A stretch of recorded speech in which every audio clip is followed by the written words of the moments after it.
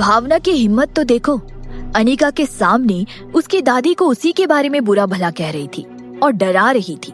उसी वक्त अनिका की मौजूदगी की वजह से अनिका की दादी खड़ी हुई और भावना से चिल्लाते हुए कहने बोली, अन्नी बिल्कुल सही कह रही है।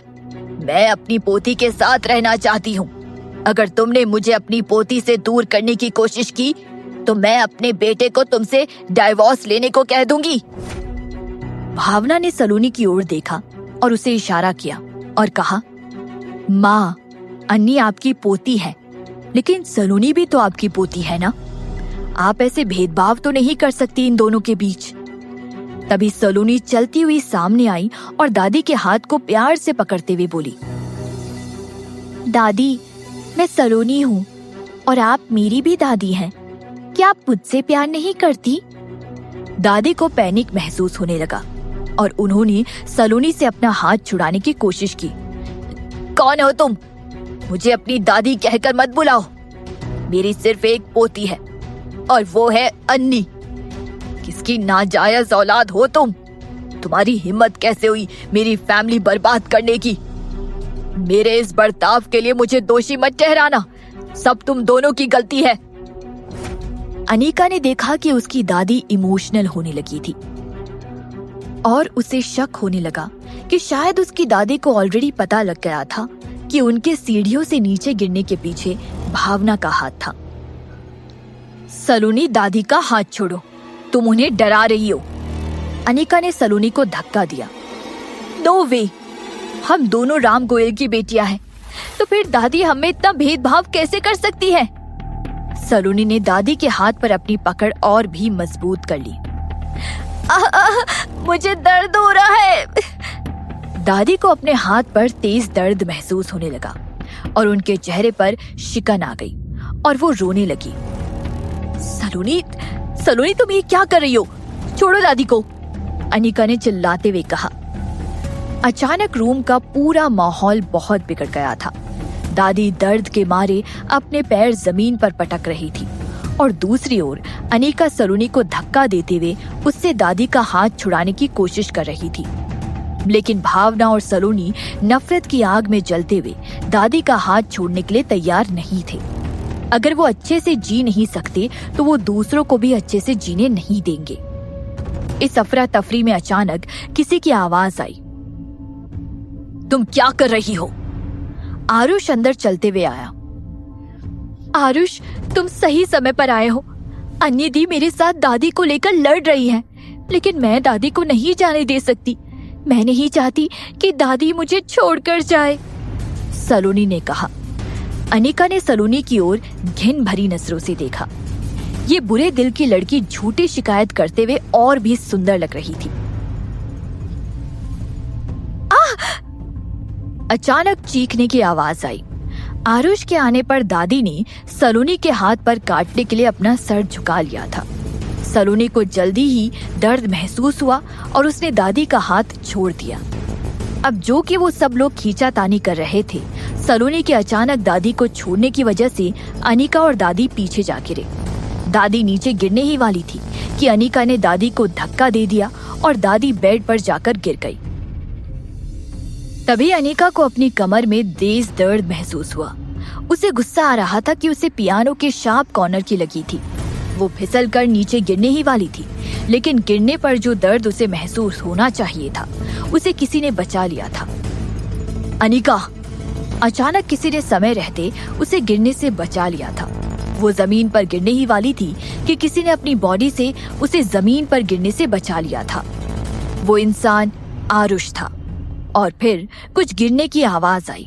बेड की साइड में रखा टेबल लैंप नीचे कारपेट पर गिर गया था। तुरंत अनिका की आंखों से आंसू बहने लग गए। उसकी कमर पर उसे बहुत गहरी चोट आई थी, जिससे उसे बहुत दर्द हो रहा था। आरुष ने लंबी सांस ली और उसने अनिका को अपनी बाहों में पाया। वही अनिका को समझ नहीं आ रहा था कि उसने कहाँ टच किया था, लेकिन वो अपने हाथ पर खून देखकर डर गई थी। उसने अपने आप को संभाला और उठ गई। तभी किसी ने चिल्लाते हुए कहा, खून! अनिका की आंखें सिकुड़ गई और उसने जल्दी से आरुष को छोड़ दिया।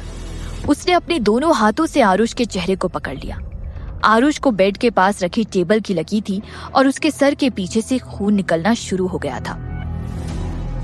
आरुष, तुम ठीक तो हो ना? अनिका ने ध्यान से आरुष की चोट पर अपना हाथ रखकर उसके खून को रोकने की कोशिश करते हुए उससे पूछा। तब जाकर आरुष की आंखों में सब कुछ क्लियर हुआ और उसकी नजरें अनिका पर टिक गईं। जब तक उसके सर में हो रहा दर्द गायब नहीं हुआ, तब तक वो अपने सामने अनिका के खूबसूरत और नाजुक चेहरे को बिना पलके झपकाए देखता रहा। वो रो रही थी। उसके स्मूथ सफेद गाल पर आंसू की 2 बूंदें अटकी हुई थी। अनिका की आंखों से आखिरी आंसू आरुष के होठों पर आकर गिरा। वो आंसू उसके लिए था। इस बात ने आरुष के दिल को छू लिया था। अनिका ने देखा कि आरुष होश में है और वो जानती थी कि वो बिल्कुल ठीक है। हालांकि आरुष ने अनिका के साथ कई घटिया चीजें की थी, लेकिन वो उसे मरते हुए नहीं देखना चाहती थी। अनिका नहीं जानती थी कि आरुष ने उसे क्यों बचाया। इनफैक्ट उसे आरुष की जरा भी जरूरत नहीं थी उसे बचाने के लिए। आरुष, तुम ठीक तो हो ना? सलोनी हकीकत में वापस लौट आई और दौड़ती हुई आरुष के पास आकर पूछने लगी। वो नीचे झुककर बैठ गई और वो जल्द ही अनिका की बाहों से आरुष को छीनना चाहती थी। हालांकि सलोनी ने देखा कि आरुष धीरे धीरे अपना हाथ आगे बढ़ा रहा था।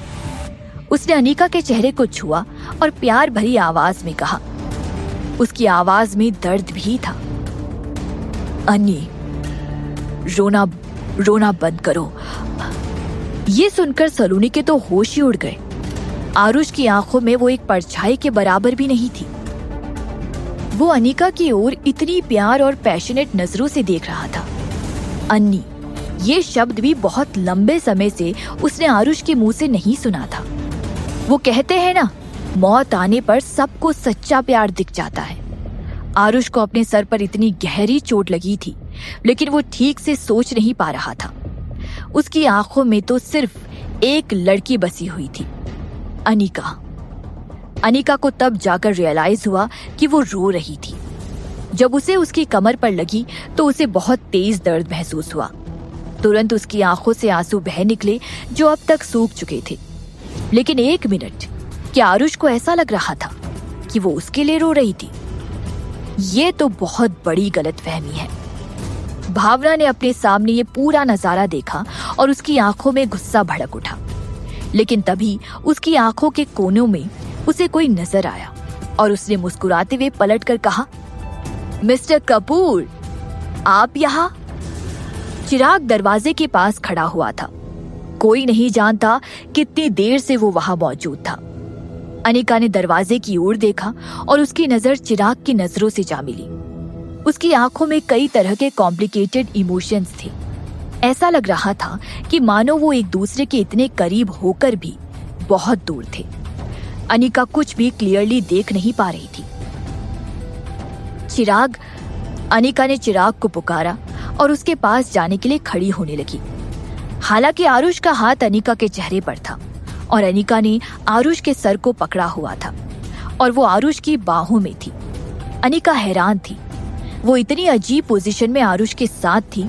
जरूर चिराग ने उसे गलत समझ लिया होगा। अनिका ने जल्दी से आरुष को छोड़ दिया।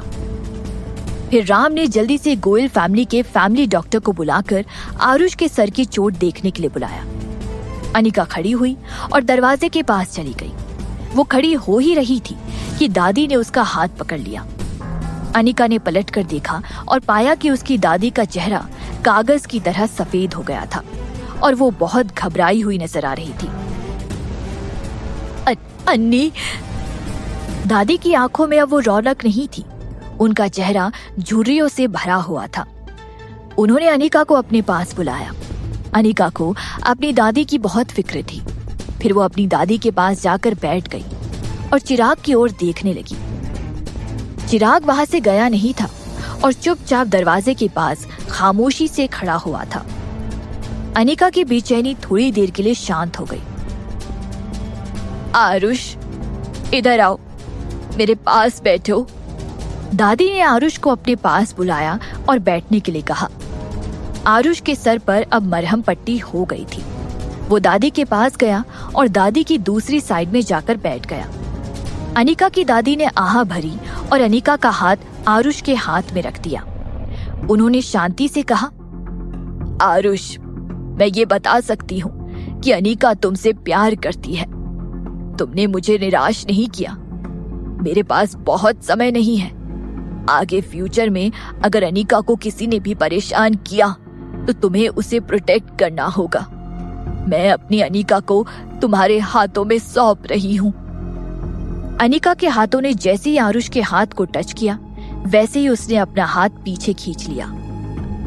एक्चुअली वो अपनी दादी को चिराग और उसके बीच के रिलेशनशिप के बारे में बताना चाहती थी, लेकिन उसे अपनी दादी की भी फिक्र थी कि उसकी दादी के जिद्दी होने की वजह से कहीं वो चिराग को अपनाने से इनकार ना कर दे। अनिका ने सोचा कि ये समय अभी उसकी दादी को बताने के लिए सही नहीं था, लेकिन वो इस समय आरुष के साथ और नाटक नहीं कर सकती है। उसके पास चिराग था और आरुष के पास सलोनी। वो नहीं चाहती थी कि उसकी दादी की वजह से उसे आरुष के साथ किसी झूठे रिश्ते में रहना पड़े। अनिका ने अपनी दादी को परेशान देखा और जल्दी से उनके कंधों को हग करते हुए प्यार से कहा, दादी। आरुष हैरत में था। उसने देखा था कि अभी कुछ देर पहले अनिका ने उसके लिए आंसू बहाए। वो उसके लिए रोई थी, लेकिन जिस पल उसने चिराग को दरवाजे के पास खड़ा देखा उसने आरुष को छोड़ दिया। उसने आरुष से अपनी दूरी बनाए रखी। अनिका के दिल में चिराग सबसे ज्यादा इम्पोर्टेंट था। आरुष को महसूस हुआ कि अनिका की आंखों से आंसू पोंछते समय उसने सिचुएशन को गलत समझ लिया था। आरुष ने अनिका को रोका नहीं जब उसने अपना हाथ पीछे खींचा। उसने दादी को बताया, दादी, अन्नी अब किसी और से प्यार करती है। उसे मेरी जरूरत नहीं है। आप उसे किसी और को सौंप दीजिए। अनिका ने कभी नहीं सोचा था कि आरुष इतना बेशरम होगा। उसकी दादी पहले से ही इतनी डरी हुई थी और अब वो उन्हें और डराना चाहता था। व्हाट? दादी शॉक में थी। अन्नी, आरुष ने जो कहा क्या वो सच है? अनिका ने नॉर्मल रहने की कोशिश की और प्यार से कहा, दादी, मुझे कोई भी पसंद नहीं है सिवाय मेरे दादी के। अनिका को अपनी दादी से झूठ बोलने में बहुत दर्द हो रहा था, लेकिन उसके पास टॉपिक बदलने के अलावा और कोई रास्ता नहीं था। अनिका की दादी हंसने लगी और तुरंत रिलैक्स हो गई। उन्होंने अनिका के चेहरे को छूते हुए प्यार से कहा, मुझे पता है अन्नी कि तुम मुझसे बहुत प्यार करती हो, लेकिन मैं ये भी जानती हूँ कि तुम आरुष से भी बहुत प्यार करती हो। बाहर दुनिया में कई बुरे लोग हैं। तुम और आरुष एक दूसरे को 20 साल से जानते हो। कोई तुम्हारे रिश्ते को तोड़ नहीं सकता है।